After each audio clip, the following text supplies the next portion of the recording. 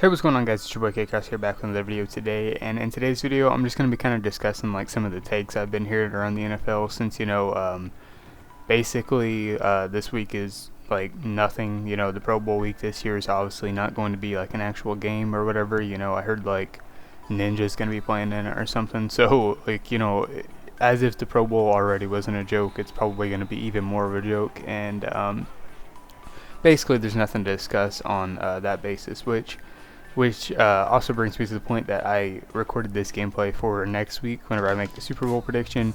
But, I'm going to use half of it here, so just kind of like ignore that. But anyway, without any further ado, I'm just going to go ahead and get into the takes that I was talking about. And anyway, probably the biggest first take I think everybody's kind of, talking about right now is, I guess it's kind of split, but probably the take that I want to talk about first and most is the whole Tom Brady take that I think, what's his name, the Tim the Tap Man, or whatever his name is, the streamer.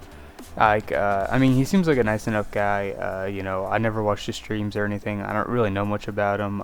I've heard some of his football takes before, and not that I'm a master predictor or that I'm it's like some Madden legend or Brainiac, but they haven't been very good. Basically, is what I'm trying to say. Like, I've heard him had some bad takes before, and that's understandable. But basically, what I'm saying is like, you can't take like all his takes very seriously. But anyway, his take was that basically Tom Brady just chose the team, like threw a dart at the map, and wherever it landed, that's where he went to play football. And that's obviously ridiculous, and maybe he meant it to be like ridiculous, like he wasn't being super serious. I doubt he was like super serious about that, but I mean, like, people kind of took it like, oh yeah, that's exactly what happened, but that's not really at all what happened.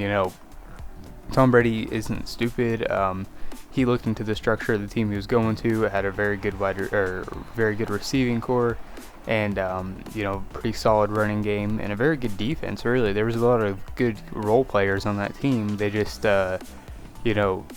had never really gotten a consistent quarterback and a consistent game plan. I'm not saying that Jameis Winston is a bad quarterback or anything. It's just the Bruce Arians offense really isn't that great, like, honestly, for quarterbacks. And I think obviously, whenever Tom Brady's your quarterback, you kind of have to just shut up, and like your game plan is not nearly as important as it used to be. What Tom Brady says kind of goes from now on. So pretty much, I think that he changed up the offense a little bit. However, the Bruce Arians offense is still there. I mean, they still throw the ball deep a lot, but obviously, like, Jameis Winston was throwing the ball deep like 50 plays a game, it seemed like. You know what I mean? They never really had a solid running game or anything like that going when he was on the team. It was like, I don't know, it was just a really weird team to watch. It was exciting. It was a very exciting team to watch, but it was just weird, like, you know what I mean? And then once Tom Brady got there, I mean, you could tell the game plan had changed a little bit and that the team was a lot different.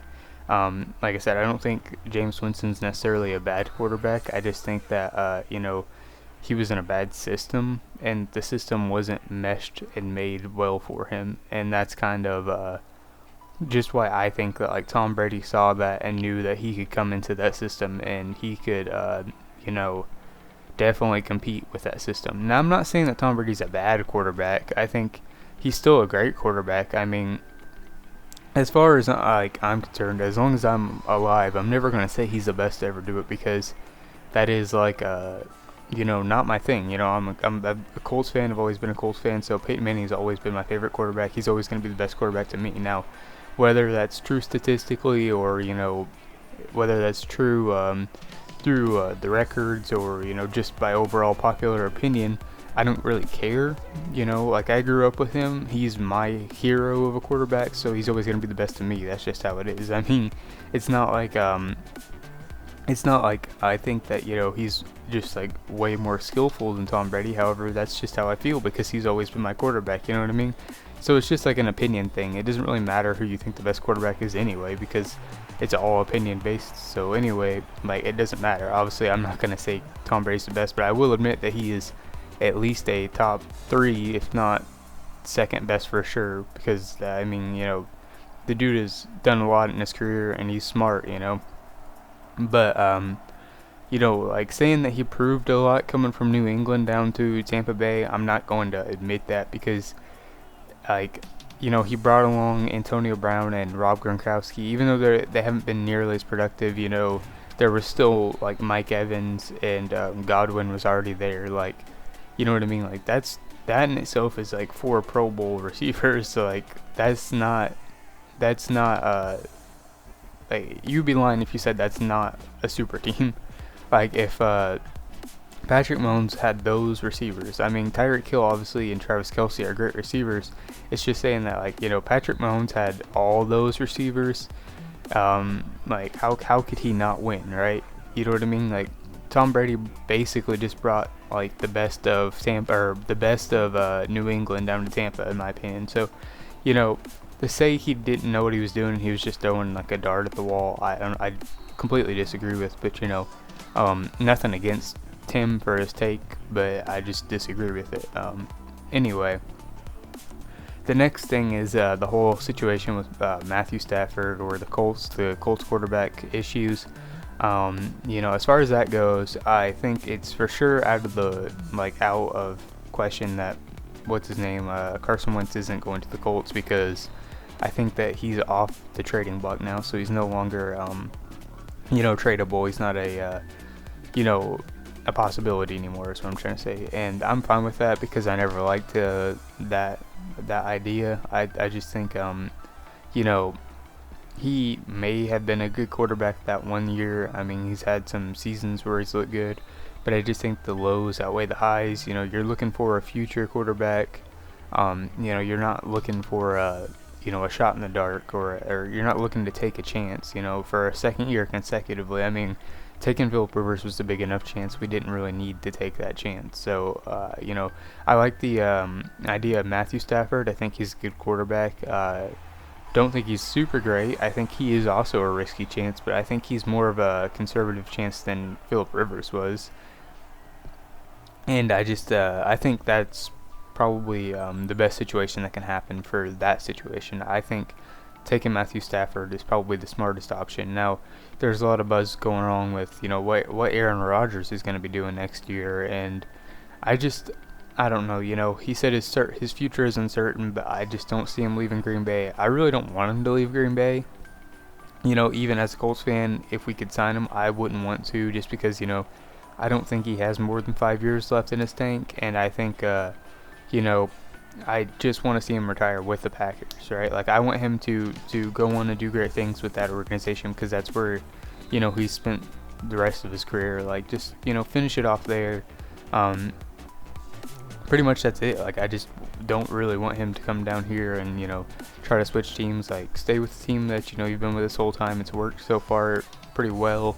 Try to get that one more Super Bowl. I think, you have a pretty bright future in Green Bay right now.